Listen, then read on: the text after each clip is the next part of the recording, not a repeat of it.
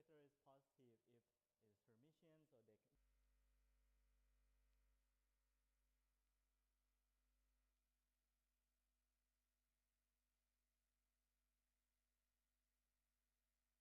can. These properties because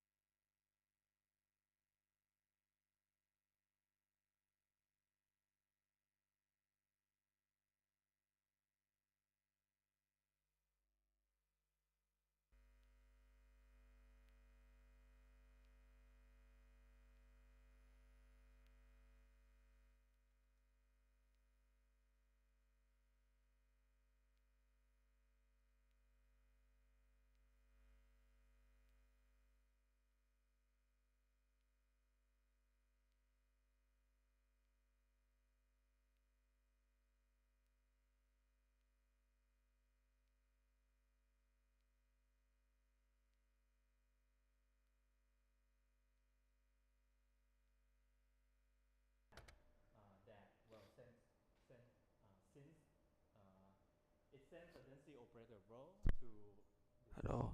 the output, and this guy should be positive as well. So this A will be called a positive map or positive like super operator because it sends an operator to another operator. But we see that if, for example, you have transposition map, which I used tau last time, but maybe Hello. today I will use tau for something else. So maybe let's call it just T or something.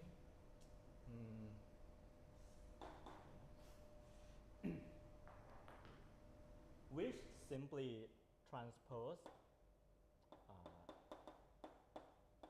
an operator in some fixed orthonormal basis, right? Because transposition and complex conjugation is a basis dependent operation, so you should be careful about this. Right? But say if I define this to be elements of O and B, then this is what it does. And we show that it is a positive map. However, if I compose with an identity operations, so maybe we have a quantum system Q, right? And reference system. And then now if for a map to be, for map T to be physical, this should be a positive operator, whatever I put a state. If I put a positive operator in here, right? But we have seen that if I put a maximally entangled state here, so this is a maximally entangled state between the quantum system and the reference system. And then there, whatever the dimension here, square root of d, say of the quantum system, or if they have the same dimension, or if the quantum system has dimension d and it is smaller than the reference system, right? Because this is kind of like Schmidt decomposition thing where all of these are orthogonal. Well, but it turns out that this is not true. Instead, you get a swap operator, which has a negative eigenvalue. So it's just a unitary operator is no longer a positive operator. So and we want to figure out something about this. Especially that this we want. Okay, so if this output is positive when you tensor it with identity operator on some reference system, so we want this to be a positive. We want this output to be a positive operator, regardless of the what the reference system is, right? So this can be, well, this should be must hold whenever, like for any, for any Hilbert space like of any dimension that we choose to be the reference system R, which seems like a very hard thing to check because, well, there's infinite number of conditions. And so the claim would be that actually it is fine, or if I just check this, that this is positive with a maximally entangled state between the quantum system and the reference system. So this is what I claim. I have not proved, and this is something that why we are doing this tensor graphical calculus thing. Because we have seen a baby example of this. So basically, this would be how you map super, okay, maybe I will write it.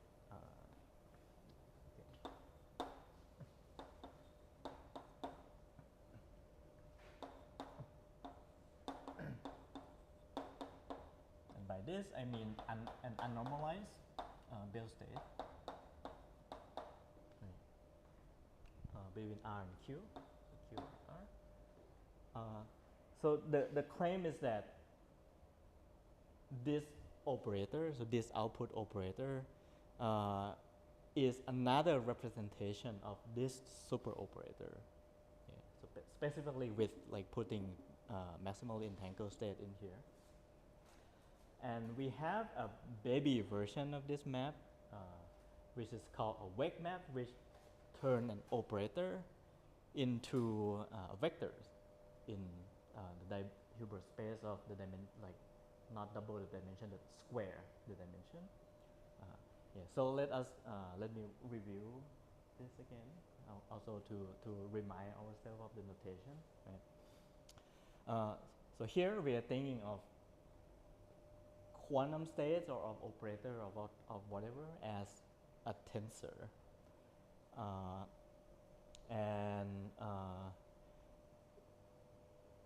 Yeah, abstractly we think of tensor as some kind of multilinear map, and specifically it's so how did we do it last time?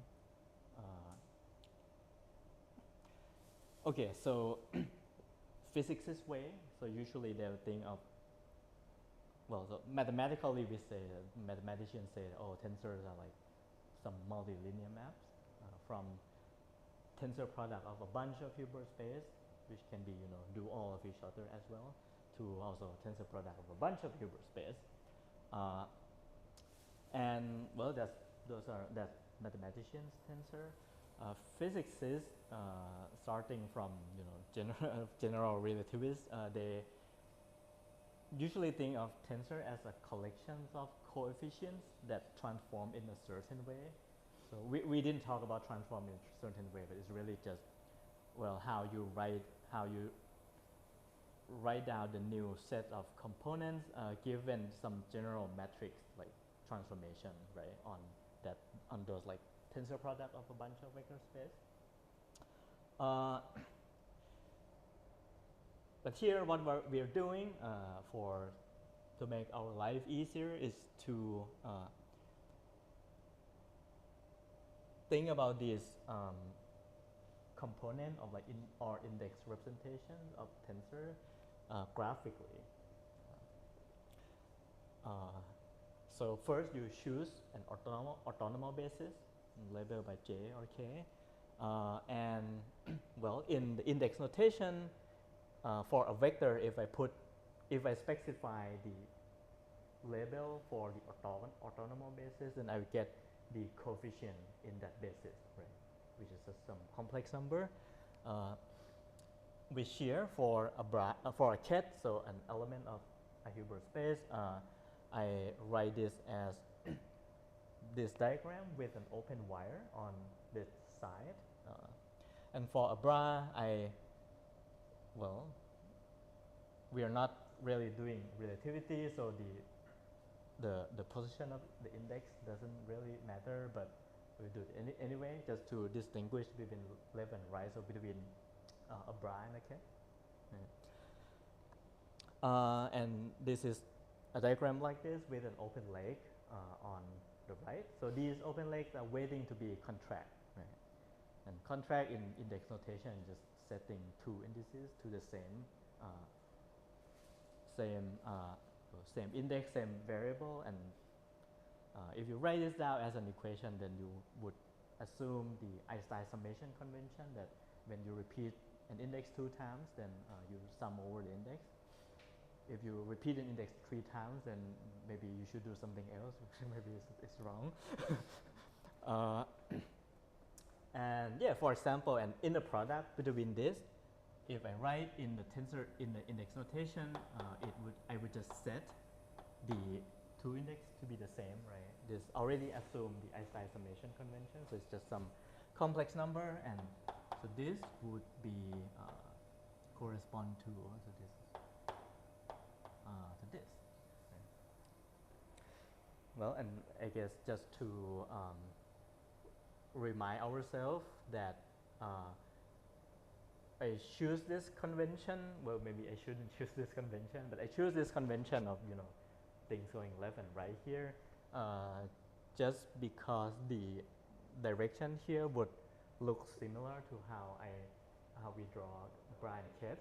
But if we do it like this, when I apply when I have say an initial quantum state and then I apply gates, then the order would be from right to left. Although when we draw a quantum circuit, people draw it from left to right. Yeah, well, but at least in this way, if this is B, this is A, this is actually the same order if I would write as a Dirac notation.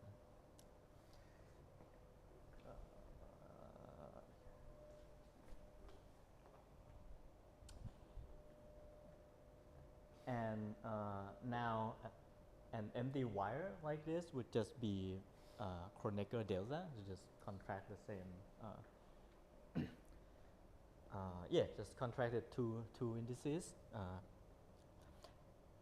And since now we have now we distinguish between Brian Kett, like left and right in the diagram.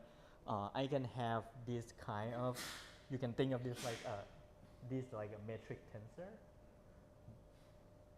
Yeah, for doing inner product, right, in your space time. Well, here it's not really space time, but you can use this to one to lower an index, and you can use this one to rise an index. And when I like translate this into vector, into Kett and Bra, I would get some state, right? So do you are you comfortable with turning this into Kett and Bra?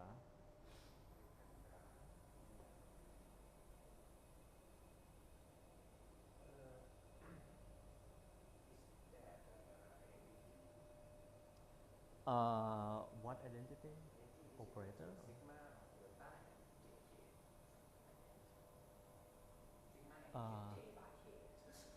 Kett J Bra K.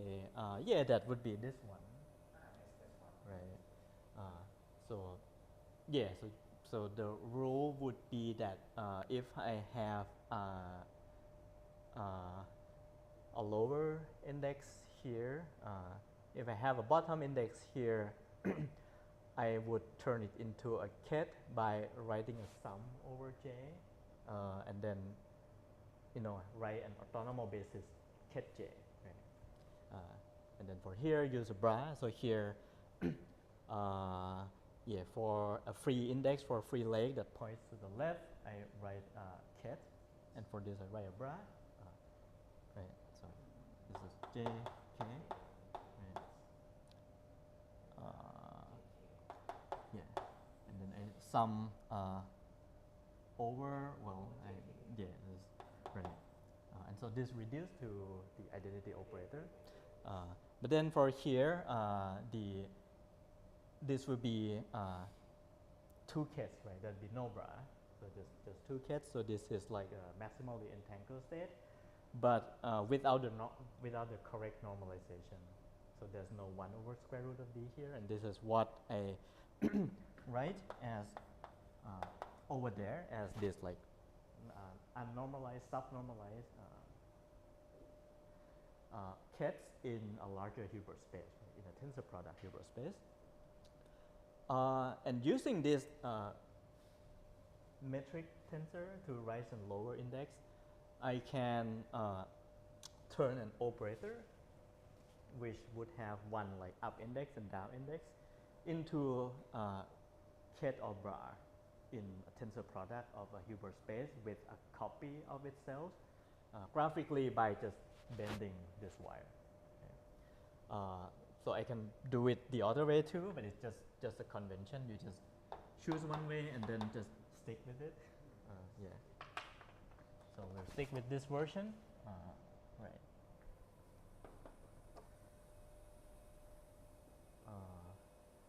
I think a press Q lecture note and Nielsen and Chuang use a different convention. So yeah. So right. So I can turn use metric tensor to turn an operator to a state. Here I call it choice state, which yeah, I guess this is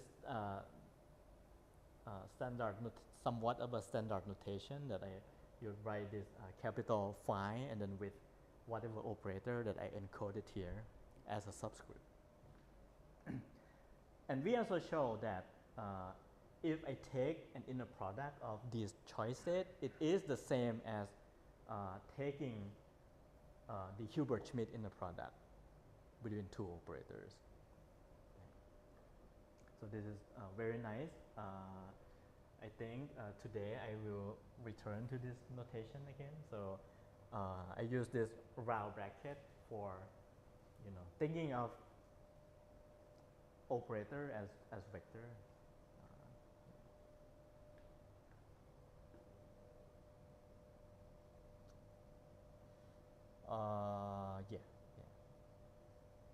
Yeah, I think it's the same. I'm pretty sure it's the same, but yeah, it's just a notation, and then you just have to be careful that when the choice state or when this round bracket point in this way, you have a dagger here. So it's kind of like this.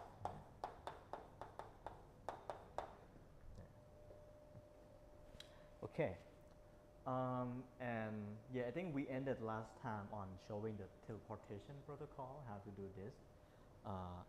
Well, along the way, we have proved several graphical identities.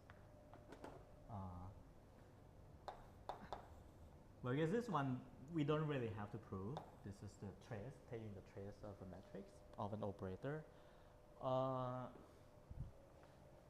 What did we do? What else did we do?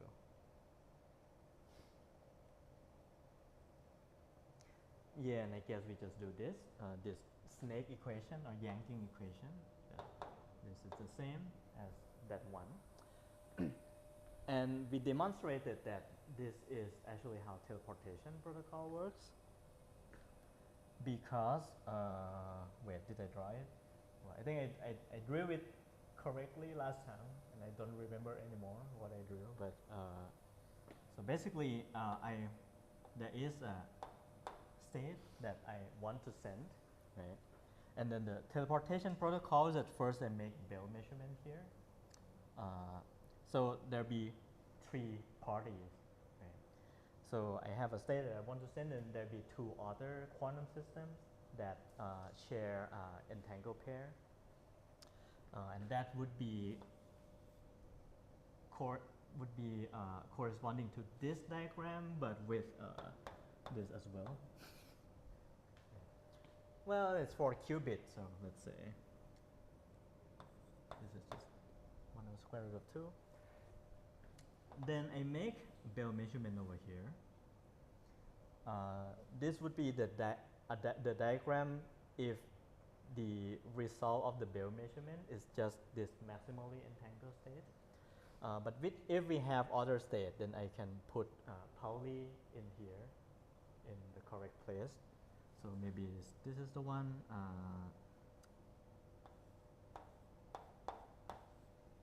let's say call it this, where this would just be either one of the Pauli metrics or the identity.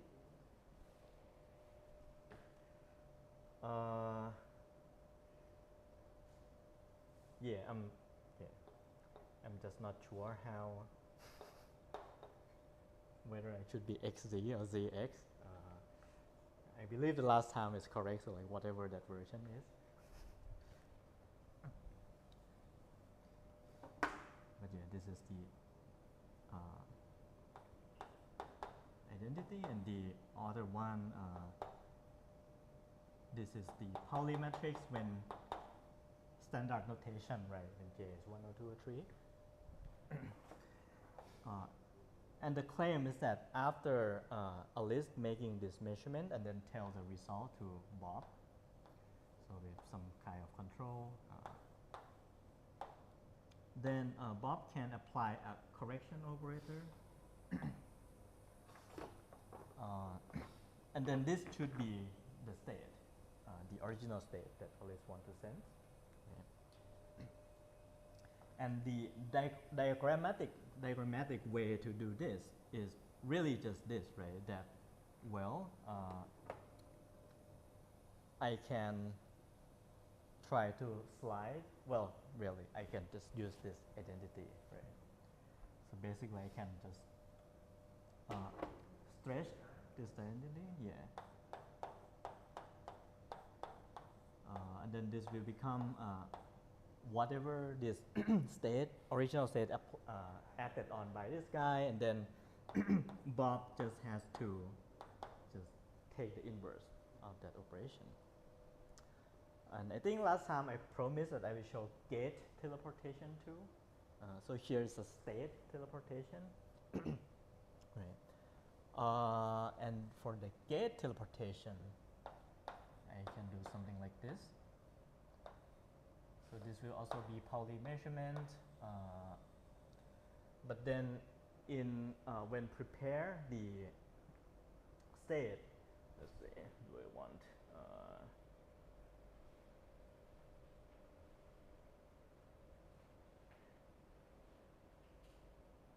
I guess it's fine either way. If I put you here or there, there'll be some difference. But if there's something wrong, then we can try to fix this later. Well, just because if I want to think of this as a choice state, I should put you here, right, by our convention. But let's see what happens. So the point here, okay, so, well, why we are trying to do this?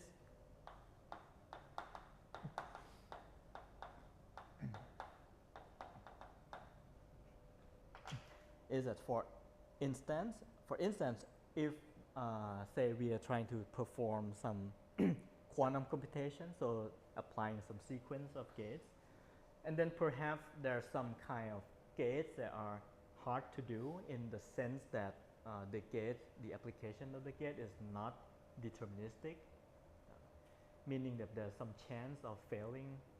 Like if I, maybe if I, in the middle of computation, I have some state and some have like mid-circuit state, and I want to apply some unitary U, but then it has some chance that it will like make the state become like a garbage state or something, instead of just successfully applying the U. Well, it would be it would not be a good idea if I try to do that like in the middle of a huge computation, right? So one thing that we can do is this so-called gate teleportation. So instead of just trying to teleport the state, I would, this would be the state that we want to apply U. But, and well, the result that we want is that, well, in the end, we want U to be applied to this state. But now I can, before doing this protocol, I can generate an entangled pair, this maximally entangled state, and then try to apply U first. And if it fails, then I just throw away whatever the result I have, and I just keep the keep this state that I have successfully applied the operator U. So there probably have to be some flag that can tell you, right, that, well, this is, I successfully apply U or not. And so the point is that I don't have to apply this to the state side directly. So it's okay if we fail sometimes. But if we succeed, then I can do this. Now let me look at my node if it's, you know, what's supposed to happen.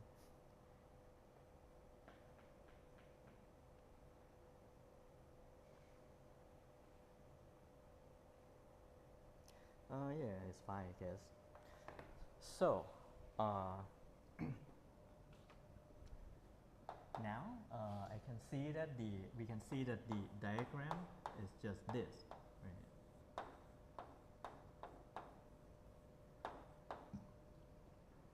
So this would be something that Bob received. But we want to get rid of this guy, which is now in the middle between the state and U by some correction operations.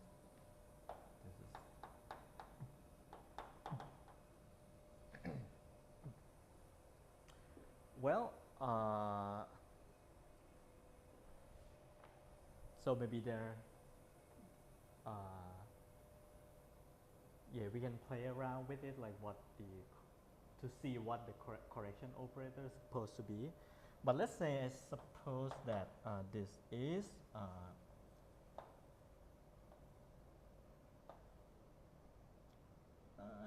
maybe an inverse in there.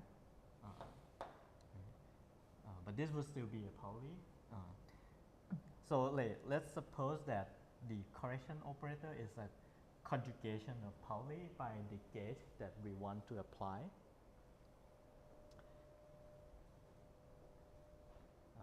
There may be some problem with it, but yeah, let's just see the consequence for the moment. Then now this string of operators would be this, right? So sorry, U and an inverse of that Pauli.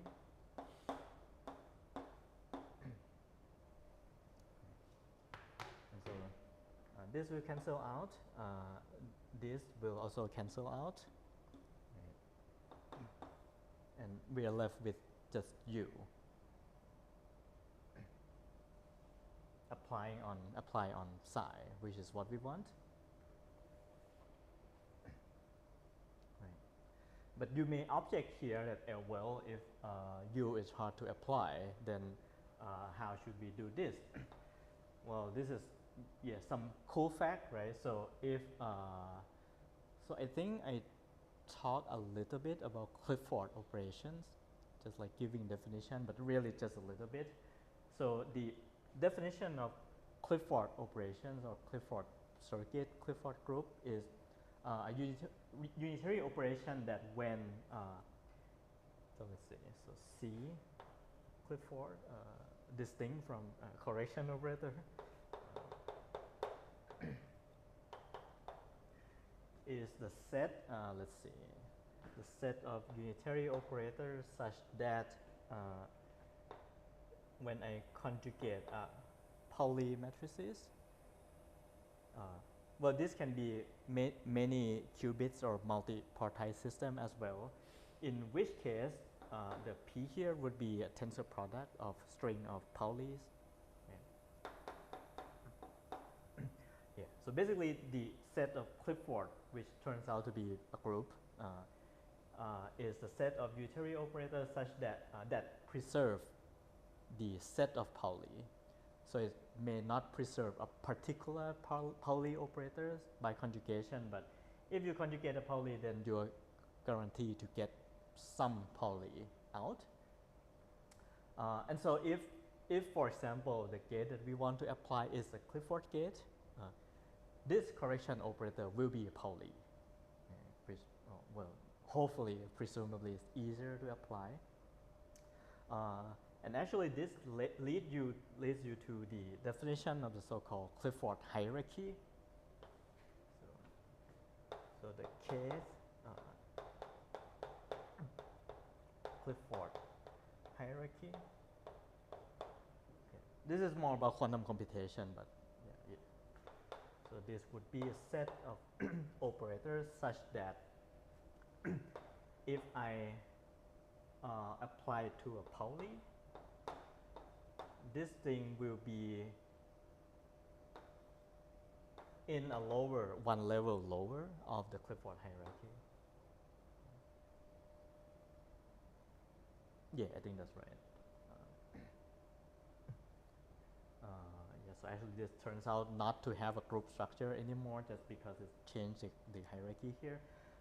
But this turns out to be important in quantum computation because of some fact that I mentioned, that if the Clifford gates are easy to simulate in some sense, that if I start the computation with all 0 state or in a computational basis and I measure out in the computational basis at the end, if I only perform Clifford gates, it turns out that I can simulate the whole thing, like probabilities and state after measurement in cubic time in on a classical computer.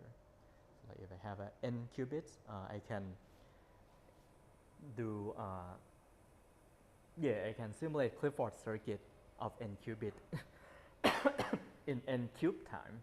Yeah. So actually, like you will be able to find like research paper that simulate Clifford circuits on something like 500 to 1,000 qubits. They can do that. Yeah, actually, they just do some kind of GPU parallelization. Use Julia or something because Python is slower. Yeah. But yeah, it's kind of incredible that you can think about. You can simulate some circuits of 1,000 qubits. But the point, so all of that, the point is that if I only use Clifford gate, I cannot do like real quantum computation. That you cannot do something more than just having a classical computer. And a lot of time, well, actually, there's a result that you only need the second level. I think this is maybe the first Clifford hierarchy. So like Clifford is just like C1, and then you only need C2 to do universal quantum computation. So it will be something like gate in this is this set is generated by the phase gate, the square root of Z of Pauli Z, Hadamard and C naught. Be something. This is C naught, right? And it turns out that this thing you can do something more that's like control not, which is sort of just equivalent with control Z as well, because you can just change the basis here with Hadamard, and this is the Toffoli gate. Yes. Yeah. So somehow I think there is this impression or some folklore in quantum computation that Clifford gates are somehow easier to do, in the sense that they're easier to like do error correction and stuff like that, and then beyond Clifford gate is harder to do, but is necessary to do quantum computation. And so this Clifford hierarchy was defined in the first place, basically just because of this gate teleportation protocol. So yeah, if you can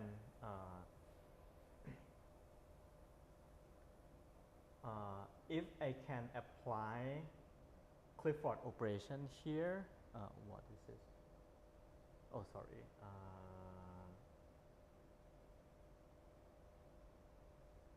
Right. So if I can do a correction operator that is in some Clifford hierarchy, then I can perform gate teleportation in the Clifford hierarchy that's one level higher. Okay, so that's just some fun fact. How much time we have left? Okay. So yeah, and there are more identities, or if you have questions. Yeah. Is can be any operators. Pauli. Pauli. Yeah. Right now, if we set U is a unit of two sort, right? Mm. So first, the first three term U Pauli and U vector should be another Pauli, right? And then if term two be Pauli U Pauli. Which one you're thinking of? Yes. Yeah, so this whole thing would be Pauli. So Well, but I mean, it would be a different Pauli. It could be a different Pauli from this. That the net effect would still be the same. That you cancel out, like, yeah, these guys.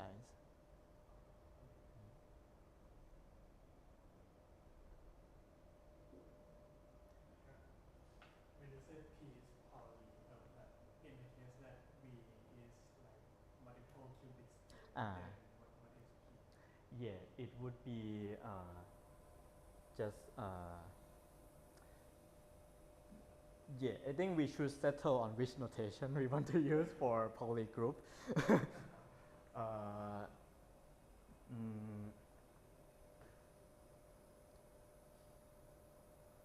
So I guess there are many ways that we can write down, but like for example, if I given this notation,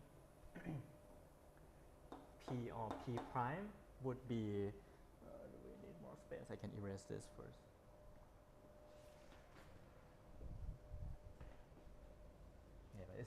Yeah, it's good to clarify these things.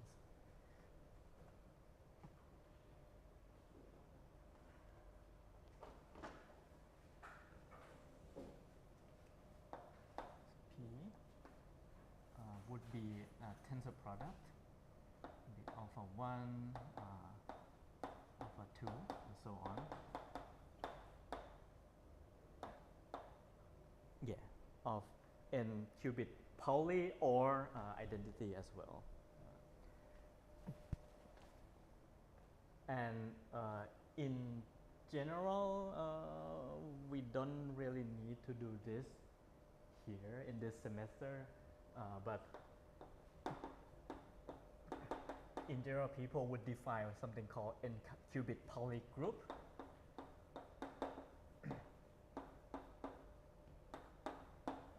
Denoted by this scripted n, scripted p with subscript n, and this is the set. I would write in this way.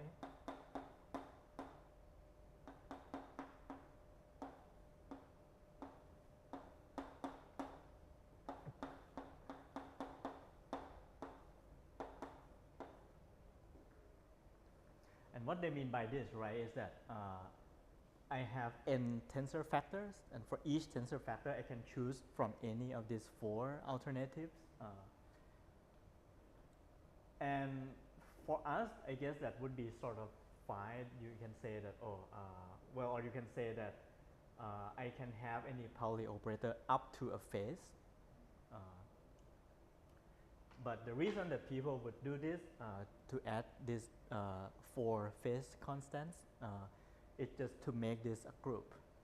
Yeah, because when you multiply 2 Pauli like x and z, I get either iy or so I times y or minus I times y. And if you have plus or minus I, and if you want the group structure, then you want to have minus 1 as well. Yeah. Yeah, and then if you know group theory jargon, the Clifford group is just the normalizer of this Pauli group. It's precisely the the thing that when you conjugate, and it still preserves the group. Yeah. So like Pauli group is a normal subgroup in this guy. Yeah. Okay. There are few identities that I want, maybe one identity that I want to write more. Yeah.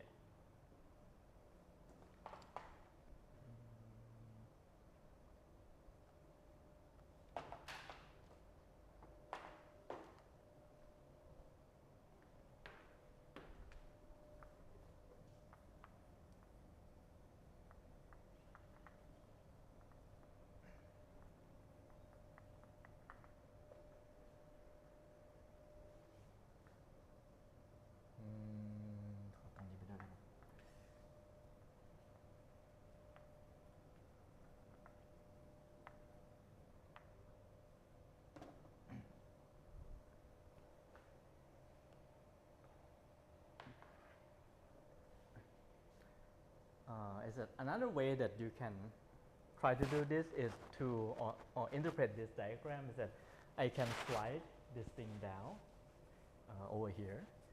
And the way that you would rigorously do that is to think about transpose first. Well, actually, yeah, let me see. Let me write this down.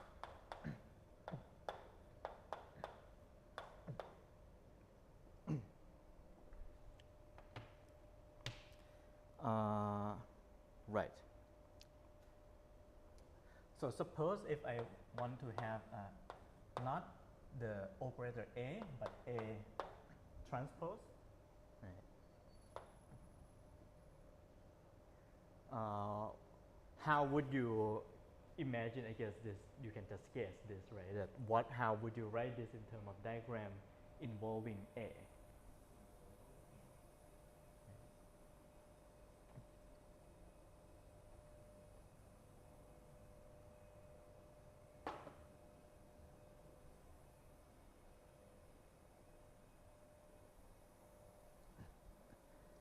Because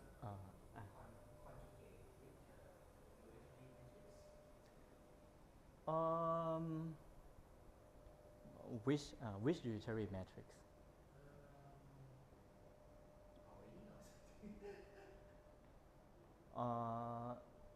Yeah, I guess. But maybe the easier way is that basically, so transpose you, well, in matrix form, you would switch the row and column index, right? And that is switching the input and output Hilbert space. So which? Yeah. Okay. And I guess you can do it whatever, but to be kind of consistent with this, I can do this.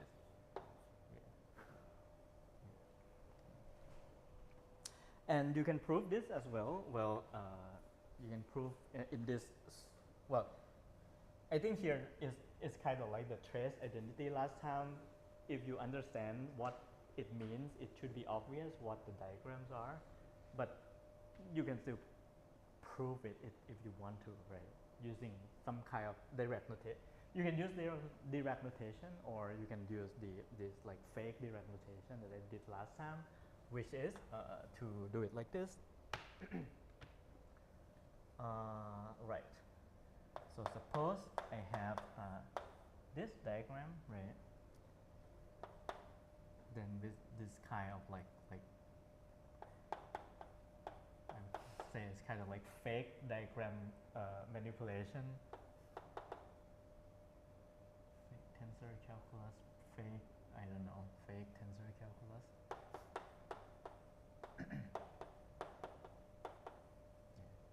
It's nice that it's still doing something graphically, but it's really just the same as direct notation, which is that here in direct notation, this would be, let's see. So this maximally entangled state, I can write like this, right? Do I have too many of them? Oh, I don't need this, sorry. So for maximally entangled state, I can just write like this, right? Where you recall this notation that we talked about last time. So these colors triangles would be the equivalent of summing over dummy indices in direct in index notation. Like this would be like Braget tensor Braget, and then sum over all of them, and that's why this is the same with this curve, this metric tensor. And This notation is the same with the end of arrow that yeah, so you can, for example, like this one, I can think of it like this. okay, Yeah. So now once I do this, right, then I can move things around. So let's see. Uh-huh.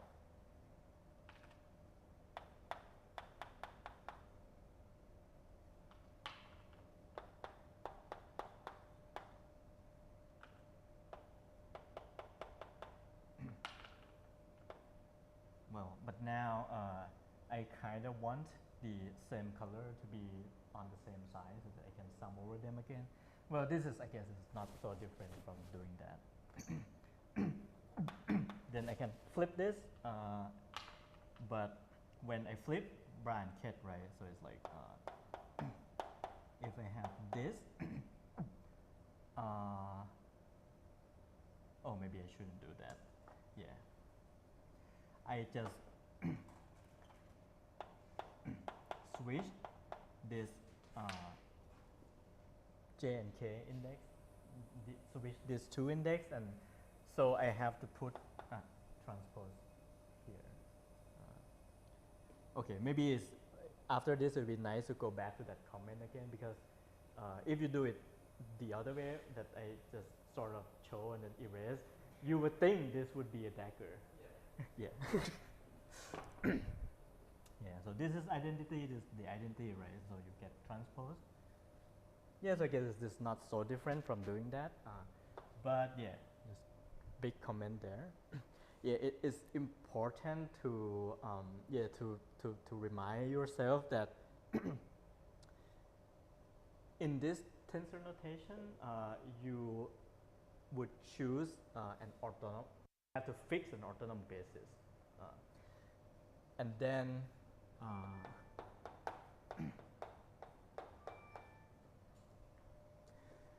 then well, this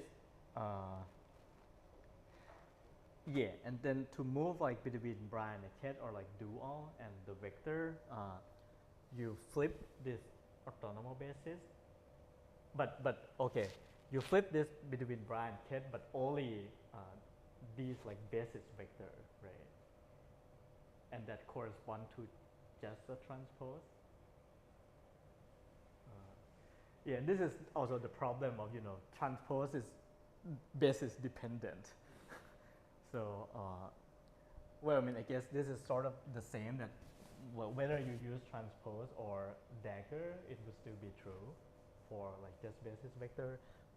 But of course, if I have like state that are linear combination of the basis vector, the usual rule is that I have to do conjugate, complex conjugation too, right, to do this. So you really need dagger here. So yeah, this is somehow the way that these kind of things are, when you flip things around, are defined in this tensor diagram. Some people want to do complex conjugation as well, and in that case they would write some like Brian Ket something like this. So just add some asymmetry between like up and down direction, and now they will use this direction to represent complex conjugation. So it's kind of like complex conjugation in the orthonormal basis, then they would do something like this. Oh, sorry, I have to do it the other way, right? So naked here, yeah. Yeah, that's more fancy way to yeah.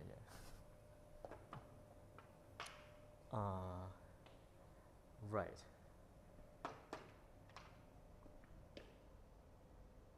Actually, if I do it, yeah, that's right. If I try to do this in in a general to a general vector, not a basis, right?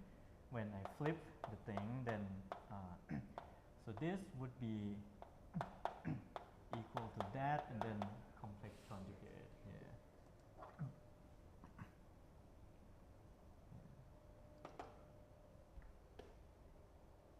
Yeah.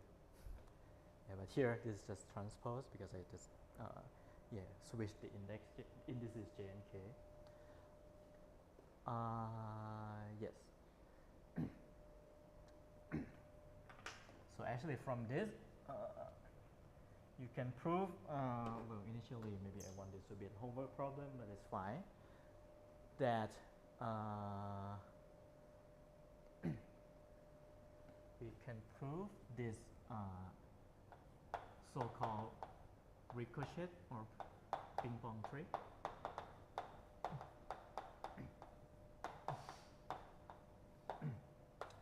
This is something that you have already discovered in your homework, which is that if I apply U to one half of the maximal entangled state, this is the same as applying U transpose on the other half.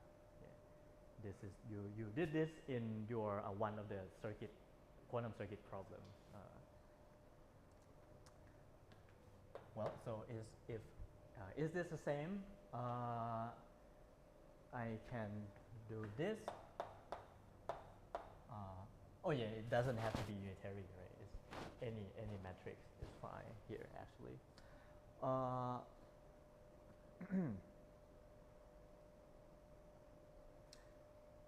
And well, there are probably several ways to do this, but suppose that I use the snake equation. Right. If I use the snake equation, right, now this part is a transpose from there, right? And so you get that immediately. Yeah.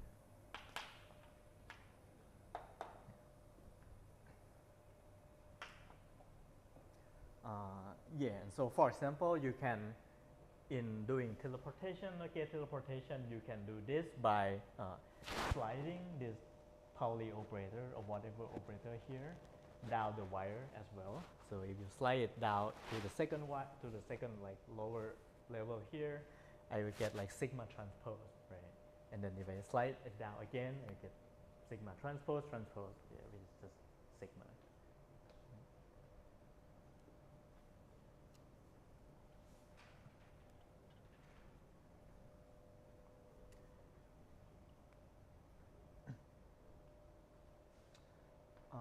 Right.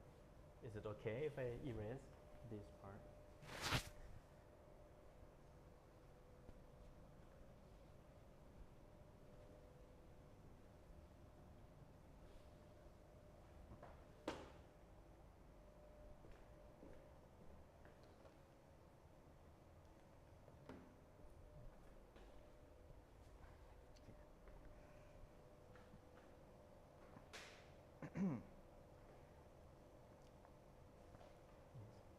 So we have done the vec operator, also called vectorization. So okay, we can come back to that later.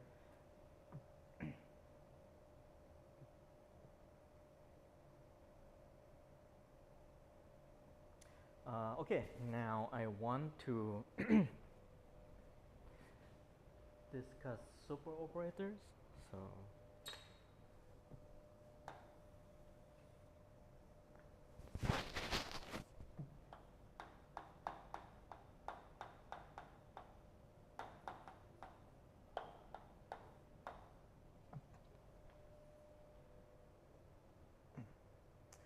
and okay, how to do this?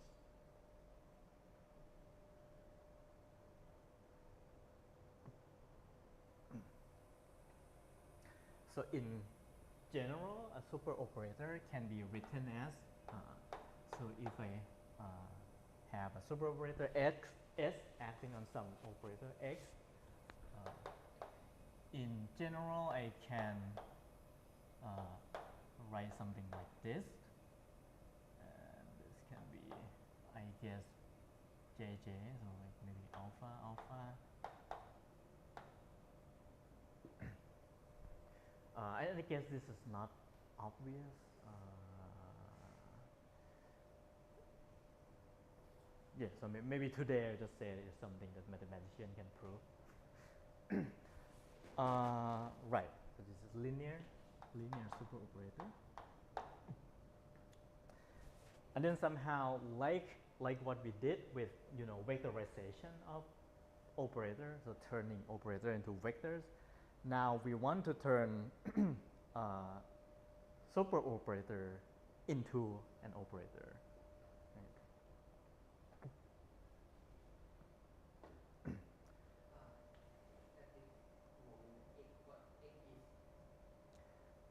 So how to say it?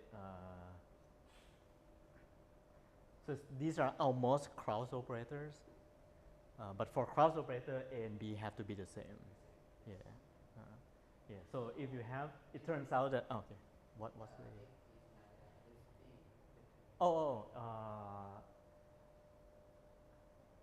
Well, how to?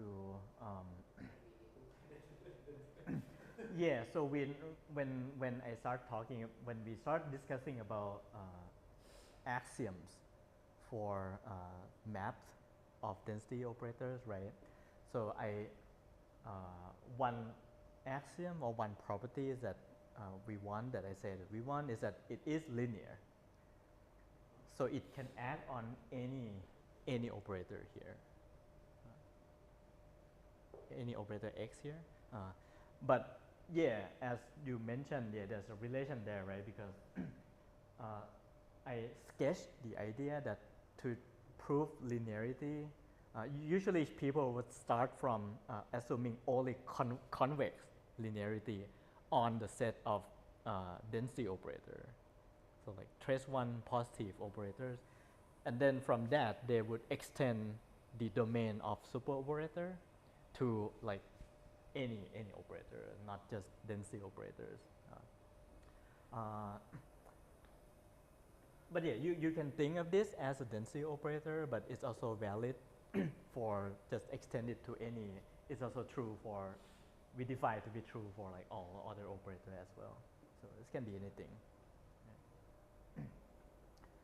Yeah, and then A and B would be operators that operate on the same Hilbert space as, you know, X.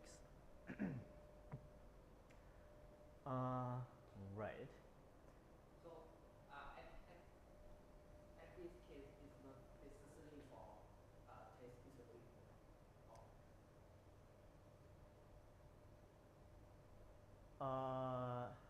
I mean, this works for trace decreasing as well. It's I mean, this we work for trace decreasing as well, which is for like if you want to describe measurements. So now I'm trying to think about trace increasing. I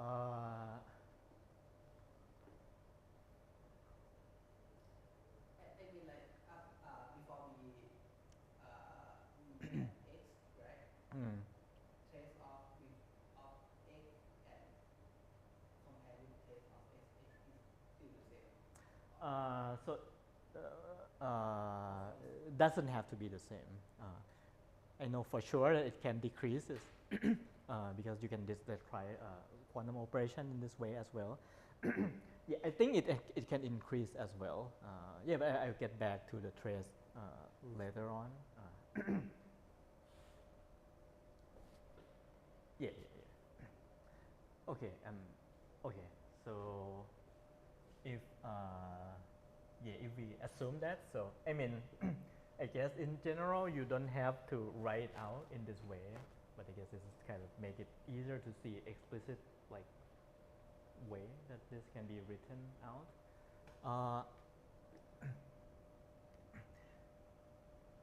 And with the same as, you know, when you want to test properties of operator, like like positive operator, right? So the definition of positive operator is that I have to compute or check the sandwich of the operator with like all possible vectors size, right? And that's one way to define it, right? But as we can see, you can define as Hermitian operators that have positive eigenvalues as well. And the second way is define independent of the vector that it acts on, right? And so if you want to do something like that here, so that you don't want to write x here, so it, to be input independent, I can say, okay, this is not a standard notation, I think, but my notation is that I have this thing, which is a placeholder for you to drop your operator there. And actually, this turns out to be not so different with it's another kind of tensor product actually, but yeah, I think it would be easier to see graphically. So,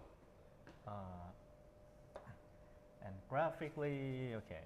So if I have x, I guess now this is just aesthetic choice of how to draw this guy. Some people would draw it like this.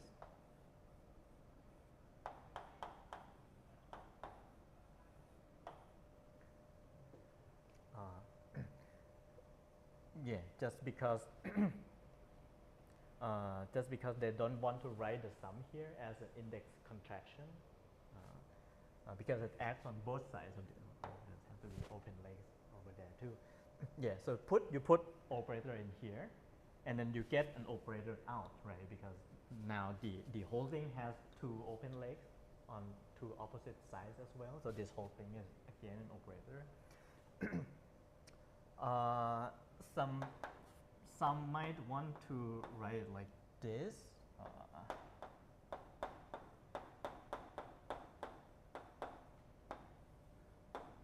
And this would be the contraction of the index alpha. I usually use this way. I don't usually do this, but I guess I have no preference. Yeah, but now, yeah, if I want to make this independent of the input, right? Well, basically, yeah, this is a super operator. Yeah. So it's something that you would contract the input on the two legs inside, and yeah, and give you the output.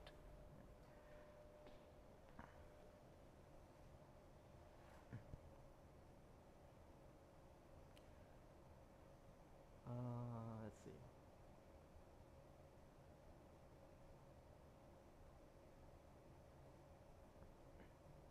Yeah, so you can describe this super operator with matrix elements as well.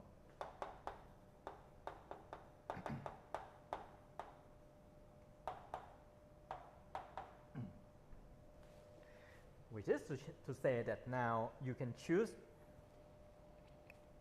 So let's see. If S, oh sorry, S is a super operator on some Hilbert space. So now this is like, linear of linear operator. And do we need the dimension? So let's say I choose an ONB J for this guy. Then now I can choose. Okay, so it's like specifying a matrix or a linear operator by its matrix element, right? I would just choose an orthonormal basis and then label the input and output with like two copies of orthonormal, so just two indices, right? So here, of course, we can do 4 indices just because there are 4 legs here. So now I can choose a basis for interface of linear operator by choosing some orthonormal basis, something like this, right? Which you did in, you have seen in your homework, like second homework. So I can write a matrix element. So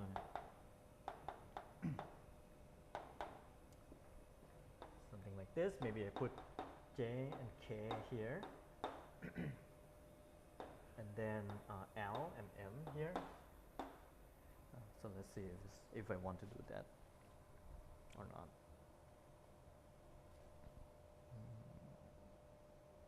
Yeah.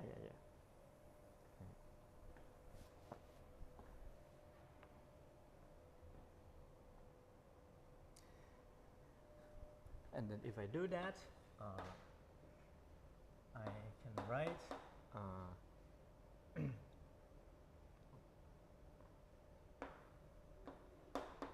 A like this.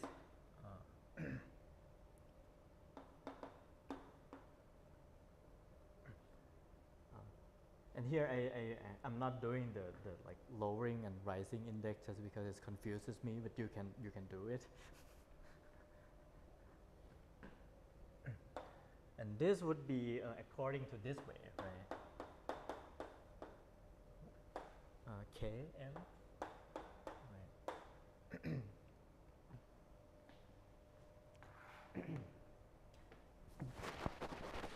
And let's suppose that I abbreviate this just for convenience.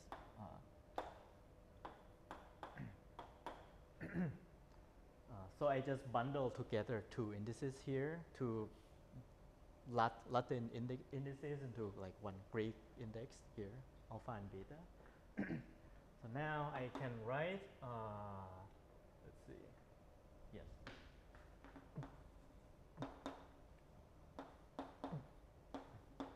Something like this.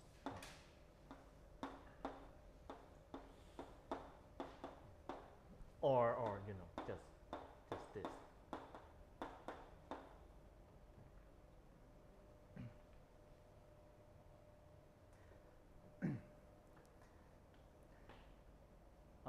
Yeah, and then you put an input operator in the middle here. Right?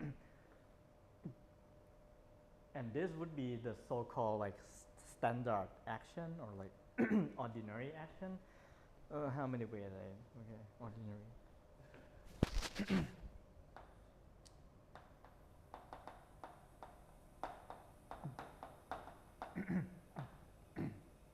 So I would say that this is the way to write a super operator in the form that is ready for this so-called like standard or ordinary action, which is just to put things in the middle of here. Right. Okay, so this is just a notation and plus choosing some sort of convenience orthonormal basis for the operator. Right. Yeah, which is maybe another point is to show that this is also kind of like you write matrix in Dirac notation as well, except that now it's screwed up because in Dirac notation you would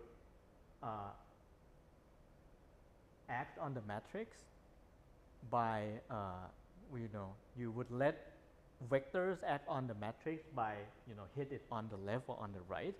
But here we're doing it in the middle. And so another action would be, it would be convenient to also define something called left-right action or Dirac action.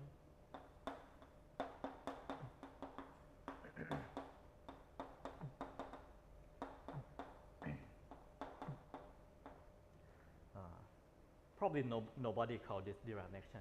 It's just me calling it.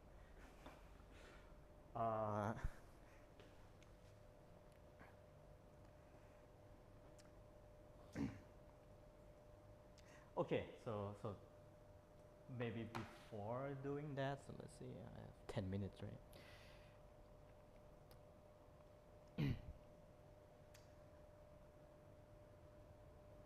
Okay, yeah, so what we are trying to do here, right? So I'm trying to, so basically the point is that if when we have linear operators that now that so when we have linear operators, we have two indices, right? And we can have different way to choose to represent a linear operator because I can use metric tensor to rise or lower index, and this is just bending one of the wires, and you can choose to bend it upward or downward. It doesn't really matter. In the same way, you can represent super operator in different way, and different representation will give you like certain advantages or disadvantages to like computing. And the way you do is this is the same as like the vectorization here, that now you can choose to flip any wire the way that you want. Right. So for example, if I want this guy to just not, not acting in the middle, not acting on an input in the middle, and I want this to be like a big matrix that, act like a matrix by having legs only on the like left and right, I can bend this guy right down here, which is the same as inputting a maximally entangled state here, the density operator for the maximally entangled state. And yeah.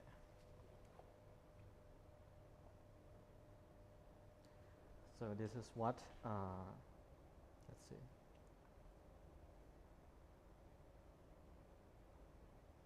Yeah, that's what we can do, I think.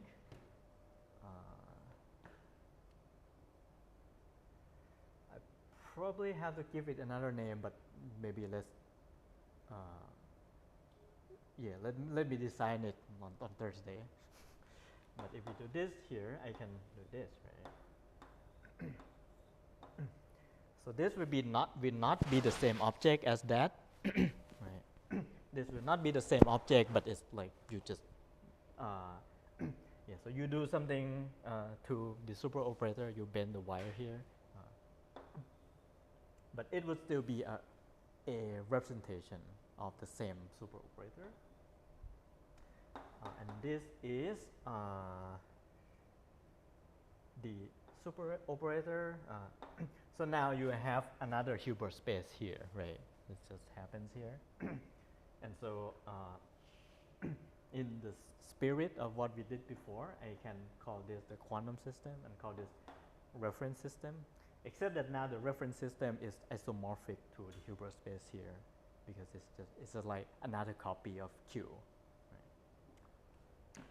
So this this corresponds to acting Q, acting by super operator S on Q, and have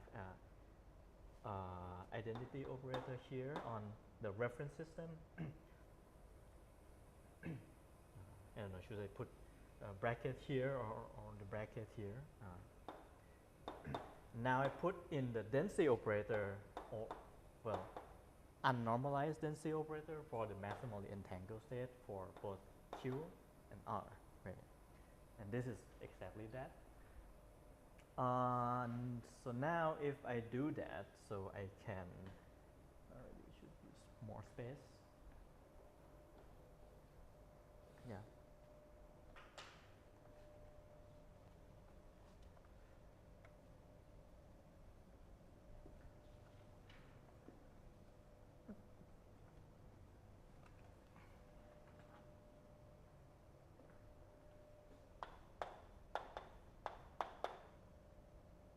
Reference.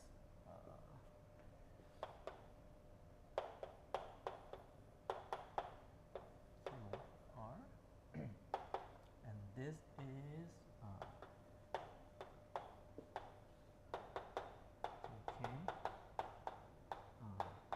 JJKK, right?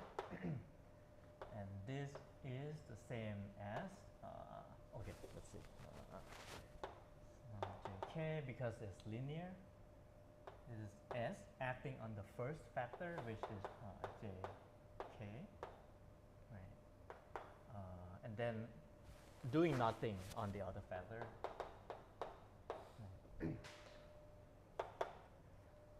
And what is this? Well, this is the same as if I inputting here, right? Inputting JK over here.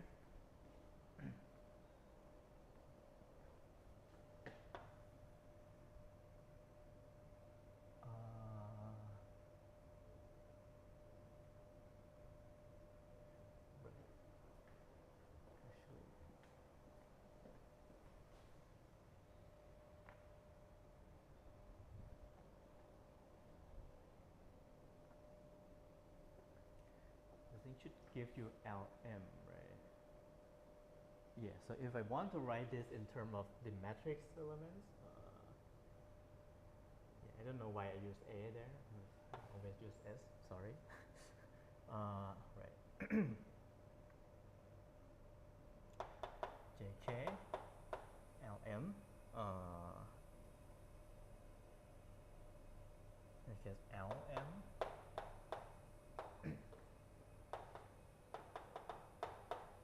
JK,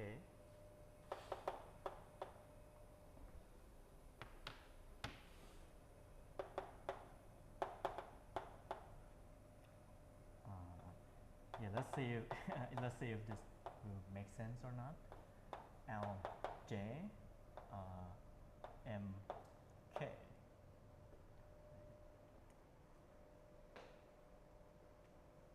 Uh-huh.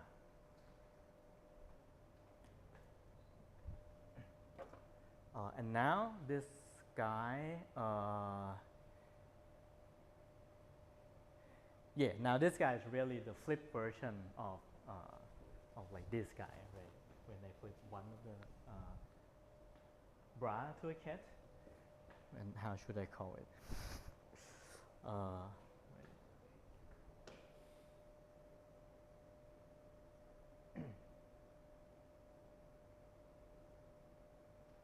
I think this would just be, yeah, contracting it with the maximally entangled cat, I think.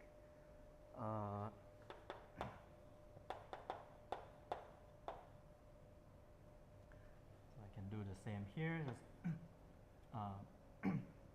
flatten the sum. Well, mix the group the sum together into JKLM into alpha and beta.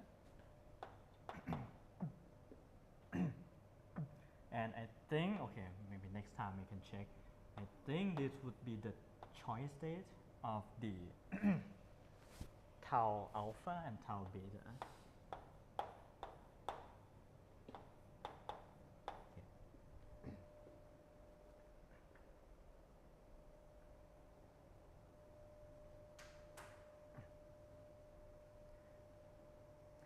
Yeah, so what we have seen here, and I think I should stop here. What we have seen here is that by using this maximally entangled state, I can sort of turn a super operator into something more familiar, right? Just more familiar to us. That is a linear operator in a larger Hilbert space, in two copies of the same Hilbert space. And we'll go from here, but yeah, now you can sort of anticipate that you can check the complete positivity condition from this matrix. Yeah, so I think, yeah, let's see you next time. Yeah, thank you.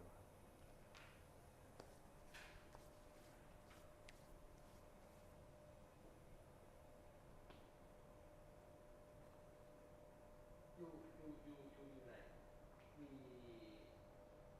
we will sandwich it at the linear combination of this choice state. to check it completely positive. Yeah.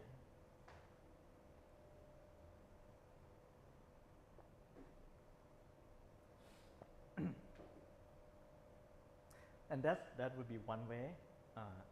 Another way would be just to find eigenvalues of this directly,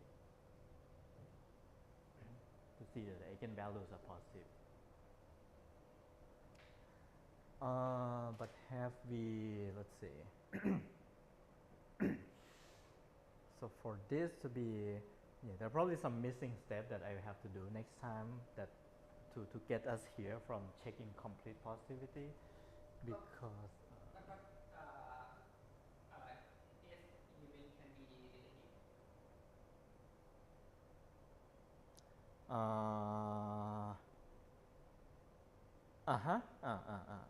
Yeah.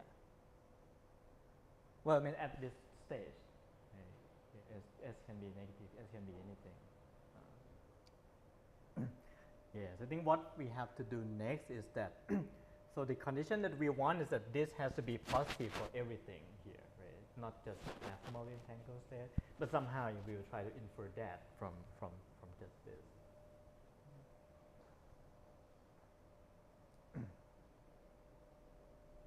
which I mean, yeah, again, I guess looking at the expression here, maybe it doesn't seem like it can be done because it's just one state, right? Yeah, however, I guess looking at it graphically is kind of more hopeful because yeah, we're just bending the wire here.